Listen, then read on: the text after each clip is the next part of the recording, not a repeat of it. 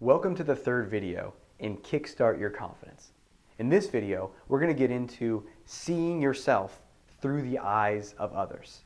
You know, how we imagine others see us and how we imagine other people are going to relate to us is a fundamental piece of social anxiety, and it's also a fundamental piece of social confidence. In fact, the determining factor is it really negative or is it positive? And if it's really negative, we imagine people are going to respond negatively to us and reject us and harshly criticize us, then naturally we're going to feel shy, anxious, inhibited, nervous, uncomfortable. And if we assume that people are going to respond positively to us, then we're going to feel more outgoing, more confident, more comfortable. So how do we identify how we imagine others are seeing us? And how do we shift this? How do we work with this? But this is pervasive. This permeates every aspect of our social lives. This can even be happening when no one is around us. That sort of observing presence that we have, the capacity we have as humans, which is fascinating, to observe ourselves as we're doing something. It's almost like we can literally project outside of ourselves and see ourselves doing something. And I have 3 experiences I want to share that really highlight how powerful this is, and I think that you can relate to them because they are fundamental to shyness. One is I found like sometimes I'd be walking down the street and there'd be some people sitting on some steps of their house. And I'd be listening to headphones or not, just walking down the street. And if those people were young and attractive, particularly women, but it could be an attractive guy, a couple of guys or women or people my own age, I would feel very self-conscious. I would start to imagine that they're judging me. They're thinking I'm walking weird. They're thinking that I should make eye contact with them. They're thinking if I do and smile or something, they're going to think that I look timid or weird or weak. They're going to think that I'm a freak or a weirdo. I would have all of these thoughts that just made me so uncomfortable that when I walked by them, I was just like, just don't look at them. They're going to see that you're freaking out.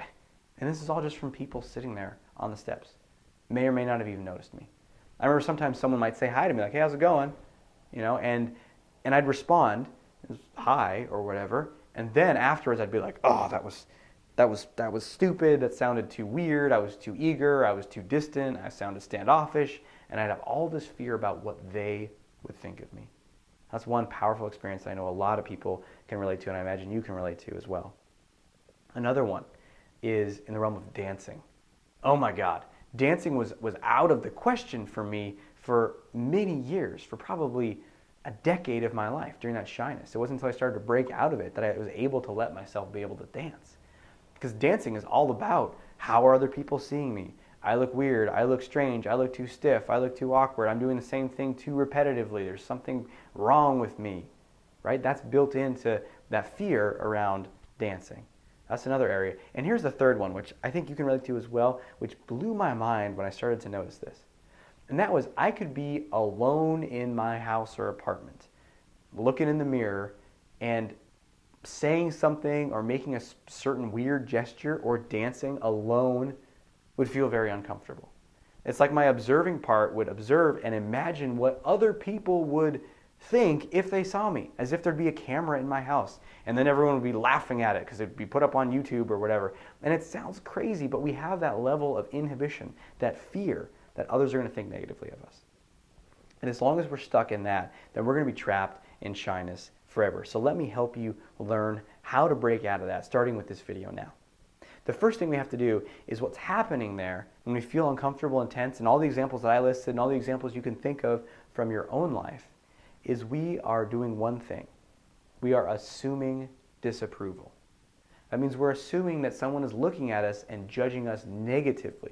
They're not approving of what we're doing. They're saying, I don't like what he's doing. What he's doing is wrong or weird or strange, and as a result, I think poorly of him and I don't like him. That's what we're assuming. So the fundamental shift we have to start making is we have to start assuming approval. Now you might say, well, that's delusional, right? How do I know everyone's approving of me? Well, it's equally delusional to assume that everyone's disapproving of you, and you're already doing that. So why not flip it? It gives you a much greater experience of freedom in your life.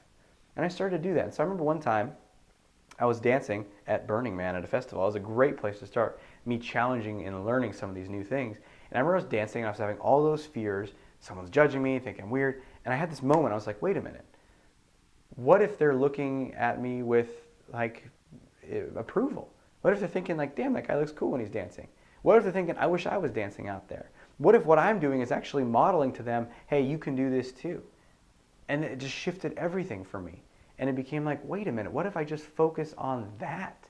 And I just imagined that the people that were watching me were approving, thinking like, that guy's cool, I like him. He's a good dancer, he's fun, he's interesting, exciting. When I'm walking down the street, now if that happens to me, I'm walking down the street and there's two people on the step, I just think that they think that I look badass. They think that I'm an attractive guy. They think I am, fit. And I start imagining what they could be approving of me for.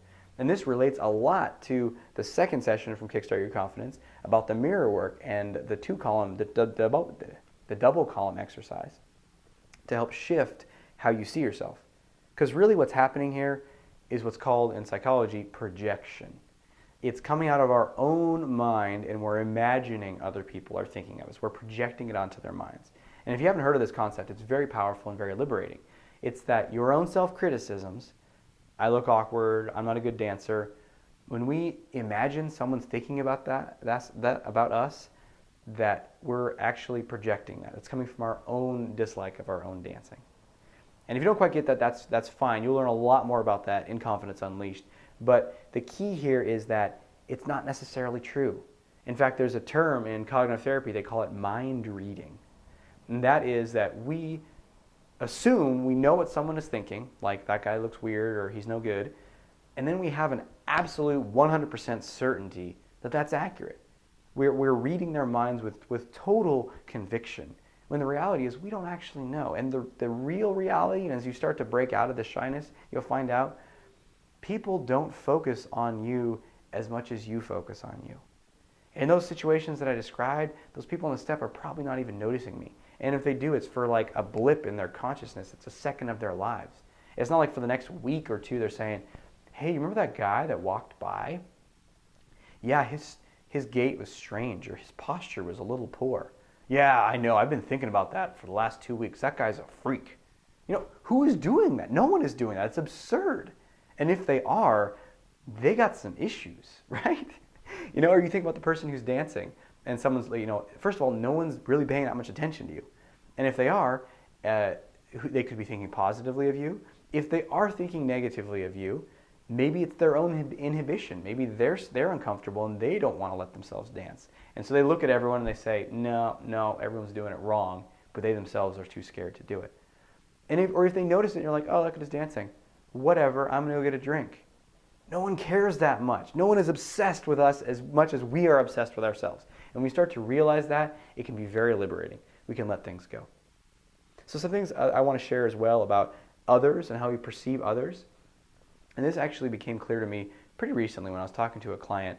And it actually relates to the news, strangely enough. And this is why I recommend that when you're working on this stuff, you start to pay attention to your patterns of how you watch the news.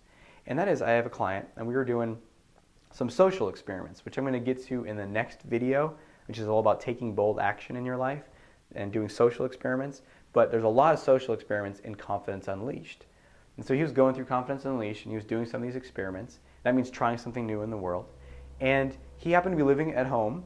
There's a trend here. But he happened to be living at home, and he mentioned to his mom one of the things that he was doing.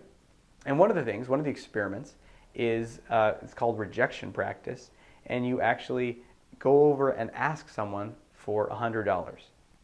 And the purpose is you're going to get rejected. It's to build up your tolerance to get to hear a no. And if it produces a little anxiety in you, that's good. We'll get into that in the next video too. But it's like walking up to someone saying, excuse me. I'm like, yes. Can I have $100? To which they most likely respond, hell no. And you say, thank you. And you walk away. Very benign, very quick. You're going to get a no. I've never done this dozens of times. I've never gotten anything other than a no. In fact, I've actually gotten a lot of conversations that have started like, no, I wish I had $100. I remember I was walking on the street one time, and I was walking with my wife, and I was telling her about this exercise, this rejection practice. And she's like, well, what would you do? I said, well, one of them is you ask people for $100. And she's like, really? I was like, yeah, watch this. And there's a woman, an attractive one, walking the other way. And I said, excuse me. She says, yeah. I was like, can I ask you a question? Sure. Can I have $100? And she, her whole body language, she was walking the other way. Her body language shifted towards me, and she completely stopped. And she grabbed her purse and she said, I wish I had $100. Man, there's a lot I'd do with that. And I could tell that she wanted to talk with me. Now, if I'd been single or more interested in talking with her, I would have. But I was there with my wife and we were on a walk, and I was like, well, thanks anyway, and we just kept walking. So not only did I get not a negative response, but I got a positive response. That's a big tangent. That's a big digression. You'll learn a lot more about that in Confidence Unleashed in these social experiments. But anyway, this client was about to do that, and he told his mom about it. And you know what his mom said? Oh, that's really strange. You better be careful not to do that at a bar because someone could pull a gun on you. And I was like, what? We're in Portland, Oregon. Like, what? No matter where you are, you're not like robbing someone at knife point for $100. Like, what is she talking about? And so we were talking about it, and I was hearing more beliefs from his mom. And I was like, let me ask you a question. Does your mom watch a lot of the news? And he said, yeah, actually she does. And come to think of it, she really remembers the most shocking and dramatic stories. And I was like, of course she does. That's what it's designed for. You know, the main TV media outlet news are designed to not necessarily purvey an accurate view of the world, but to shock you and to grip you into watching more, and then there's ads in between the news. That's how anything on TV works and how it's funded. So what I would encourage you to do is if you watch a lot of TV news, take a break from it. Take a little news fast. If you really want to stay abreast of current events, go to the internet and be very selective about what stories you read, because you can choose what you're going to take in on the internet. When you're watching the TV, you're just going to absorb it. Maybe even go out on TV fast in general, but I don't need to get into that with you. But so selecting your sources and making sure you look up interesting positive things too. Like look up what's happening in development of technology, what sort of crops are being grown in places, what humanitarian efforts are taking place, Doctors Without Borders, places where people are doing good things in the world, so you're not just absorbing a bunch of negative information. So that's one thing I'm going to suggest that you do, is go on a little news fast, change how you absorb information. The second thing is, I think that it's important for you to start looking at people differently. So what I'd like you to do is the next time you're out and about, at the store or anywhere, when you look at people, just pick one person. Pick the cashier at the supermarket, or the server at a restaurant, or you're sitting at a coffee shop and there's someone sitting over there working on the computer. And just take a moment and look at them and think about the fact that this person, just like you, was born onto the planet, like don't know what's going on, and here's how things are. They have to figure it out. They had whatever upbringing they had. Like there could have been pain and challenges in there. That they have their own fears and concerns about money, about relationships, about their health, about their family, about their loved ones. They hate it when they lose things. It pains them, and they feel grief when they lose relationships and they lose their pets. That they desire to be happy. That they want to make a difference in the world. That they want to feel good about themselves. That they want to feel accomplished and significant. That they want to love people. They want to be connected. They want to feel important and worthwhile in the lives of those around them. And that they sometimes have fears that maybe they're not good enough, maybe they're falling short, maybe they should do more, and they have their own challenges and addictions, and they have this whole experience of life just like you.